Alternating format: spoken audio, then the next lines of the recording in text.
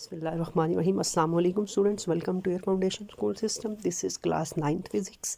In our previous lecture we discussed about the causes of motion, and those were force, inertia and momentum. And in our today's lecture we are going to discuss about Newton's laws of motion.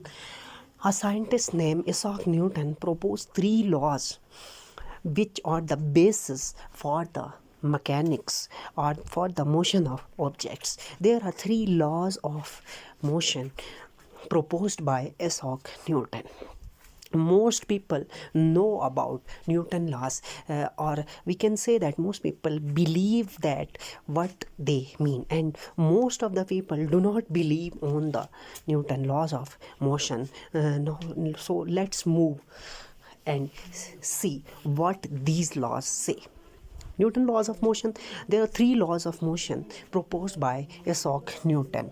The first law of motion is the law of inertia, and it says that an object at rest will stay at rest, and an object in motion will stay in motion at constant velocity unless acted upon by an unbalanced force.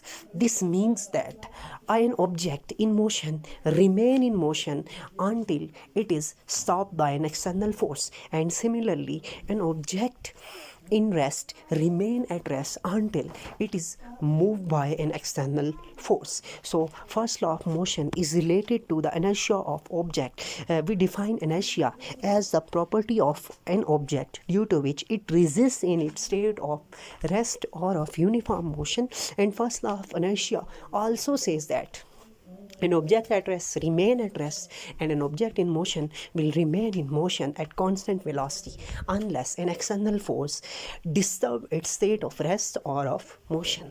So second law of motion is the law of acceleration, or it is F is equals to ma. And third law of motion is the law of interaction, and it says that for every action there is an equal but opposite reaction. So this is the summary of these 3 laws. Now we move to discuss these laws in detail. Newton's first law of motion: an object, for example this football, is at rest, will remain at rest until an external force by kick is applied on this football.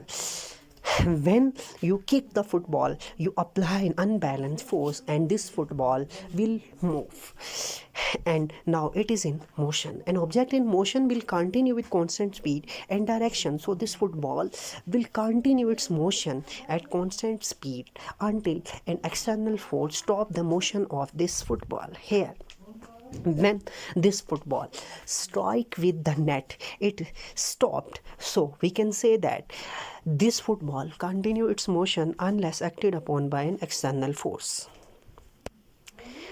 The first law of motion is the law of inertia.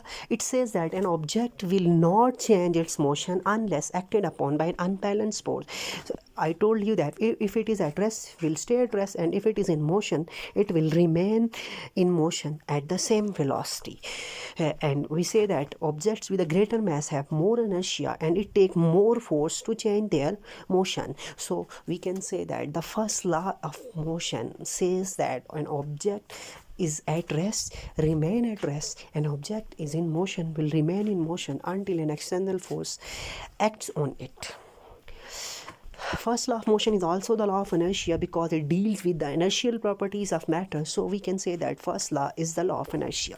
Now we move towards the second law of motion. The second law is very important for objects in which acceleration is produced.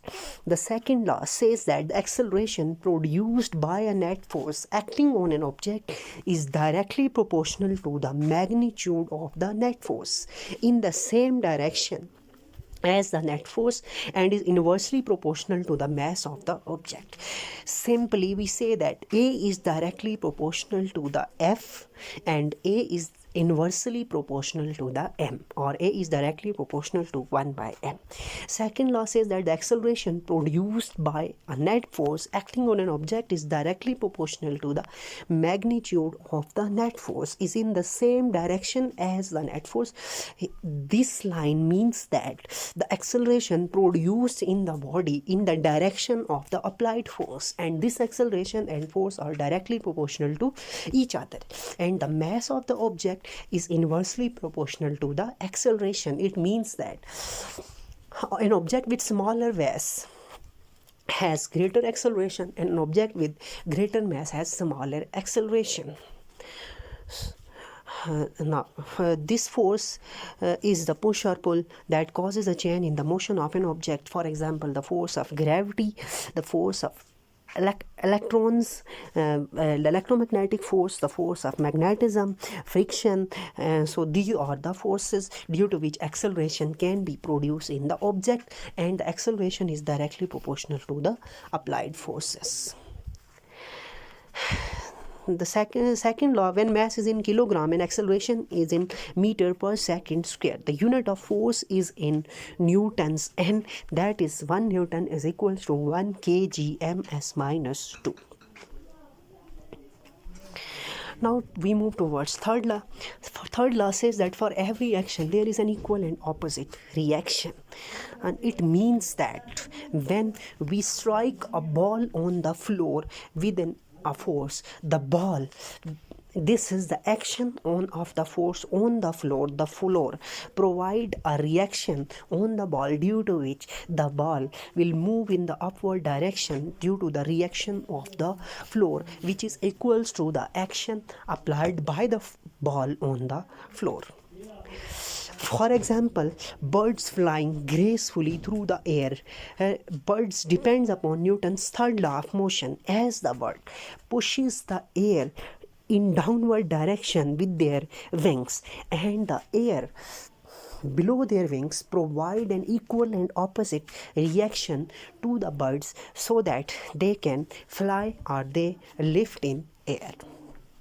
Similarly, according to Newton's, whenever an object A and B interact with each other, they exert forces upon each other. For example, when you sit in chair, your body exerts a downward force on the chair, and the chair exerts an upward force on your body. So you follow third law of motion. Thank you so much.